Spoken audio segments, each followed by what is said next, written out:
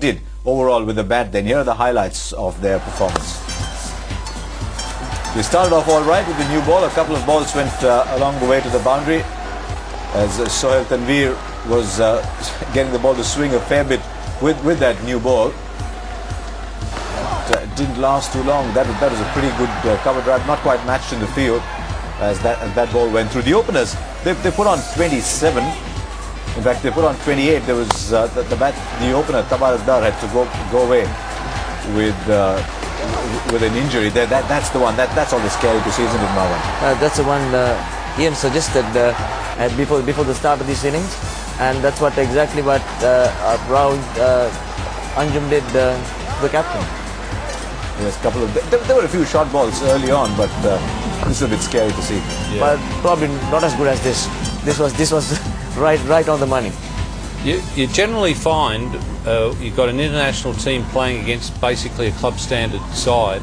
The three things that you can be pretty well guaranteed of: the bouncer will cause some huge problems to the minnows. In fact, produce a wicket as well. Another one here, yeah. Wrist spin seems to confuse them a little bit, not a little bit, a lot generally.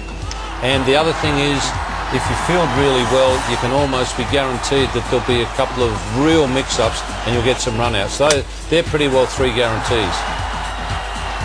And when the bowling starts to get a bit hot, lots of bowls, in fact, you'll find that you've got 4 bowls in a row. In between, there was the odd flick. But really, this was where the innings started to come apart as the ball just kept hitting the stumps. Yeah. He was as late as yesterday on that one. Yeah, he was like British Rail there.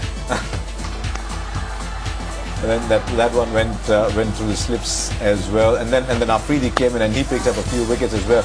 Marwan, just the odd little piece of resistance, but it was very clear very early on that 288 was a number that was in another galaxy.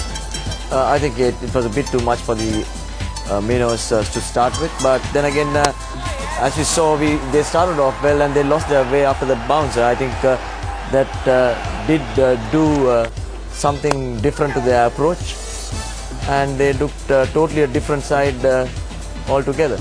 Yes, towards the end, Zain Abbas got some runs, and there were some runs for Atkinson as well. Najib Amar got some runs towards the end. But by then, as you can see those pictures, Yunus Khan got hit on the head there. But as you can see from those pictures, everyone was starting to just relax a bit. I suspect it's going to hurt him a little more tonight. I think that's not the cleverest thing that he has done in his life, I think. And look how far the rebound has gone. He should have acted a bit more wiser than that, I would guess. Standing up in there at short legs, a couple of swipes. I think the most interesting thing at this point was, can Shoaib Malik get his rhythm back? And I think the answer was 8 overs for no wicket. Maybe the answer's got to be no on that one. He looked a bit rusty, rusty with his bowling. He normally a better bowler than that. Obviously, he hasn't bowled much in the recent past. Hopefully he'll be back when the important matches comes along. Just wonder if the loss of that Dusra has started to affect him. Meanwhile, Fawad Alam got a bit of a bowl as well towards the end. That one went for a boundary, but he got a wicket afterwards. There's your mix-up. That's the run-out you were talking about. There's your mix-up.